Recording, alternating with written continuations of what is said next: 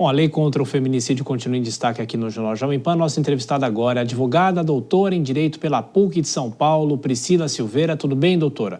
Muito obrigado por estar aqui conosco na programação da Jovem Pan. Eu já emendo, a primeira pergunta. A gente estava falando com a senadora responsável. De que forma isso pode mudar a realidade desse crime aqui no Brasil? A senhora que tem experiência em aplicação desse tipo de lei contra esse crime, qual página pode ser virada a partir disso e se a aplicação é fácil, difícil? Boa noite. Boa noite, Tiago, aos colegas, à nossa audiência. A gente percebe que a grande finalidade da inserção e da mudança dessa norma, principalmente para trazer situações mais gravosas a inúmeros tipos penais, Tiago, é realmente tentar, até porque o pacote chama pacote antifeminicídio, é realmente no sentido de, fazendo com que as condutas tenham uma maior punição, iniba de alguma forma essa violência que é exacerbada, que é grandiosa no que tange aí a proteção aos direitos da mulher, principalmente desdobrados da violência doméstica e familiar contra a mulher. Então, na verdade, se esperou, com essa promulgação e mudança de vários dispositivos, é que aquele criminoso, aquele agressor que eventualmente venha a cometer as figuras a partir de hoje, possa então entender que o Estado, claro, a gente busca aqui a dignidade da mulher.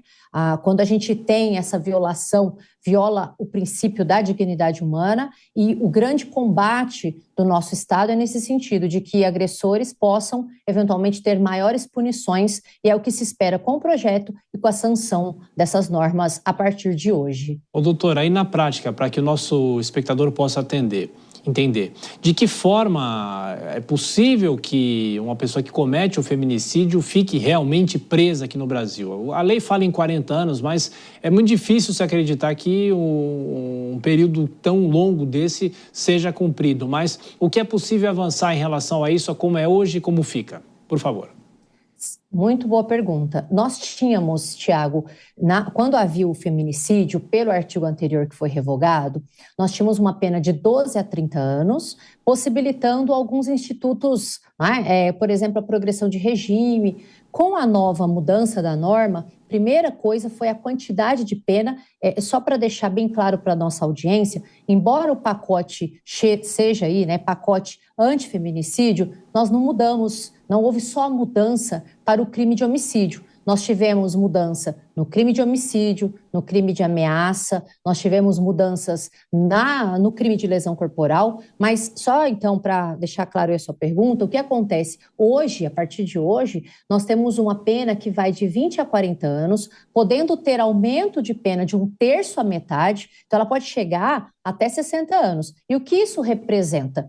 Para que a pessoa possa progredir de regime, nós temos um sistema progressivo de pena. O que é isso? O sujeito nunca fica totalmente na sua pena, em regra, cumprindo.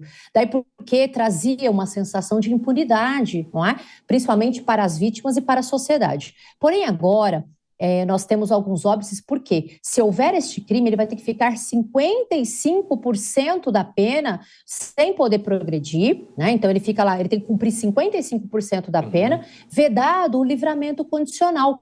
O que é esse livramento condicional? O sujeito cumpria requisitos objetivos, uma quantidade de pena, bem como também outros requisitos subjetivos, podendo ficar solto para cumprir o restante da sua pena. Então, se ele for primário e matar, diante de uma circunstância do sexo feminino, seja em razão do gênero ou em razão de desdobramento de violência doméstica e familiar contra a mulher, para que ele possa hoje progredir, então, de regime, ele deverá cumprir 55% dessa pena. Mas é bom a gente também falar para a nossa audiência, Tiago, que essa norma não retroage. O que isso representa como uma garantia, para as pessoas que estão acusadas deste crime? Tudo isso da quantidade de pena, do aumento de pena, podendo ela chegar até 60 anos, vai ser para aqueles crimes que aconteçam a partir de hoje. Por quê? Porque a nossa Constituição, lá no artigo 5º, inciso 40, traz uma garantia de irretroatividade de normas que são mais gravosas, como aí são os casos dos dispositivos que passam a ser aqui hoje, a partir de hoje, promulgados na nossa norma. Doutora, vou chamar a Dora Kramer rapidamente, faz mais uma pergunta. Dora? Doutora Priscila, é isso que a senhora acabou de descrever, colocaria medo em qualquer pessoa normal. Mas as pessoas que cometem esses assassinatos não são normais. Eu lhe pergunto, a senhora acha que o medo da punição é maior do que o sentimento de posse que essa pessoa tem sobre a vida da outra pessoa, de uma mulher, no caso? Boa noite, Dora. Eu gostaria de dizer para toda a nossa audiência e a você que qualquer que seja o criminoso, dificilmente ele deixa de cometer o crime em razão de uma pena exacerbada. Isso é fato. Então, isso não é o caso só do feminicida, pode ser também daquele que rouba. Dificilmente ele diz assim, olha, eu não vou roubar porque a pena é essa, eu não vou matar porque a pena é aquela.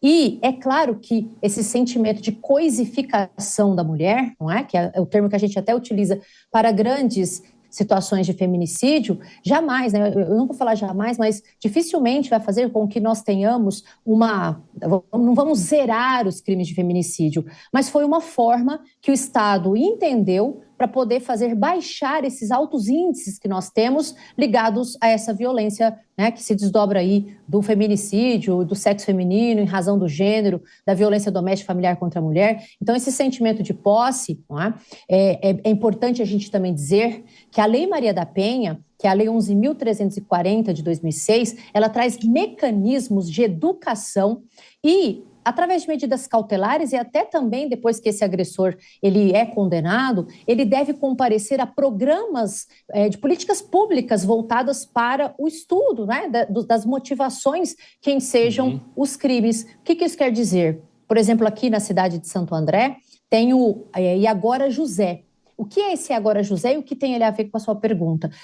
Quando o criminoso ou quando o agressor, quando esse imputado ele recebe uma sanção, ele deve comparecer a 20 dias ou 20, né? Geralmente a doutora Tereza, que é a juíza aqui da comarca, e isso que eu estou citando, a gente tem em toda a maioria das cidades aqui no estado de São Paulo, ele deve comparecer a estes programas para trabalhar a masculinidade, não é? Que é um problema, como a senadora que me antecedeu disse aqui, nunca foi uma luta entre os sexos, não é? Há até o Cortella, ele diz que feminismo não é o contrário de machismo, e a gente tem, infelizmente, uma sociedade machista, né? E o machismo é estrutural, não é só do homem, né? O machismo é estrutural, é um problema sociológico, então claro que colocando só grandes penas, brecando institutos a este agressor, por si sós, esses institutos não são realmente viáveis, mas unindo a outras coisas, a gente entende que pode ser que venha a diminuir os crimes, mas zerar, provavelmente mesmo não. Doutora em Direito pela PUC de São Paulo, Priscila Silveira, muito obrigado por ajudar a Jovem Pan a prestar esse serviço, esse esclarecimento ao nosso público. Muito obrigado, bom descanso, até a próxima. Eu que agradeço, boa noite a todos.